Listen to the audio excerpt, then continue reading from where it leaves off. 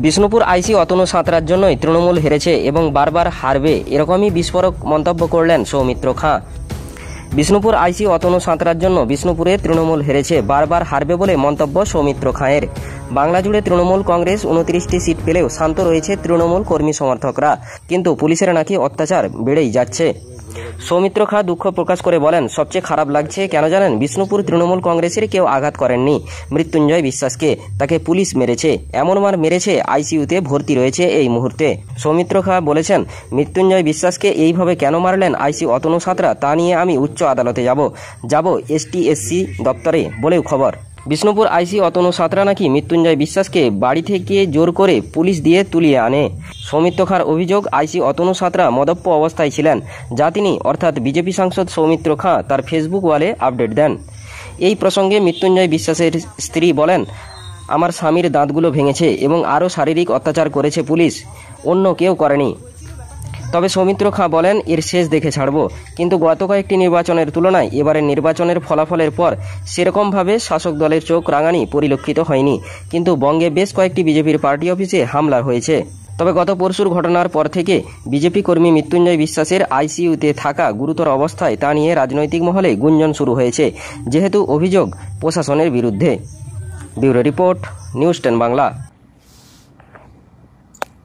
আমি প্রথমে বলে রাখি, বিষ্ণুপুরের আইসি আজকে আমাদের একটা ছেলেকে মার্ডার করার জন্য যেভাবে থানায় ঢুকে মারধর করেছে এবং ছেলেটা মৃত্যুর সঙ্গে লড়াই করছেন, আমি কথা দিচ্ছি বিষ্ণুপুরবাসীকে, আমার ভারতীয় জনতা পার্টির কর্মীদেরকে, যে আমি আগামীকাল হাইকোর্টে দরকারে সুপ্রিম কোর্ট পর্যন্ত লড়বো আইসির বিরুদ্ধে।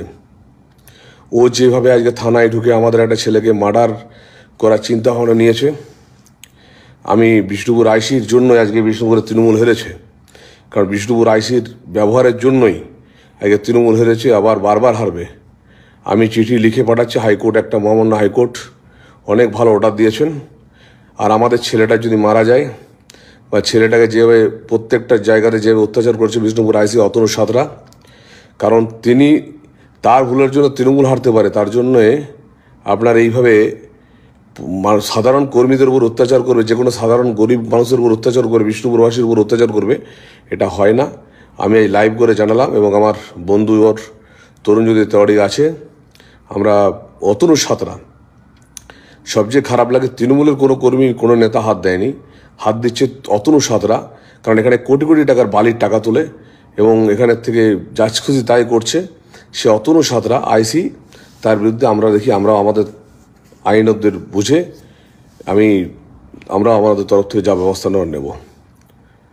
এইভাবে অত্যাচার করা কোনো ঠিক হয়নি, যেটা তৃণমূল কংগ্রেসের নেতারা আই পর্যন্ত কেউ ওখানে কেউ হাত দেয়নি, বিষ্ণুপুরে কোনো ঘটেনি। আর আজকে একটা কর্মীকে মেরে তাকে দাঁত ভেঙে দেওয়া হয়েছে এবং তাকে বলছে প্যানিক হয়েছে।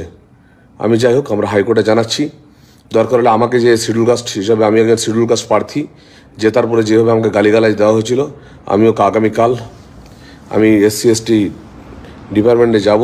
অতনু সাঁতরা যে অত্যাচার করেছে, সে EVM চুরি করতে পারেনি বলে তার মানসিকভাবে সে এখন বিকলাঙ্গ হয়ে গেছে এবং অতনু সাঁতরার জন্য বারবার হারবে।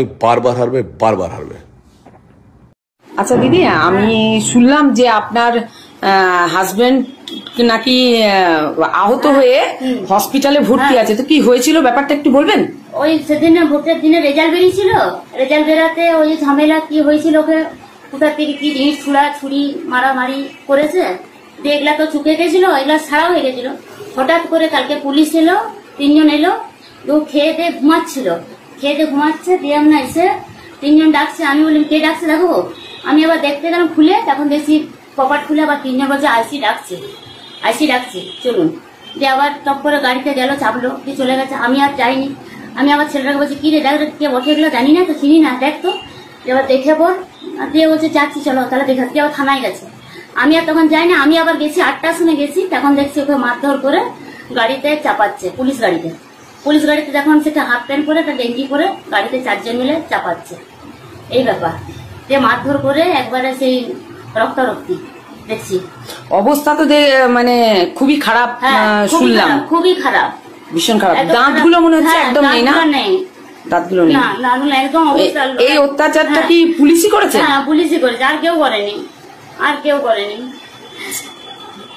আর এমনি করে মেরেছে আর করে ভালো মানুষটা ঘর থেকে নিয়ে গেল, ভালো মানুষটাকে এসব করে ছেড়ে করলো।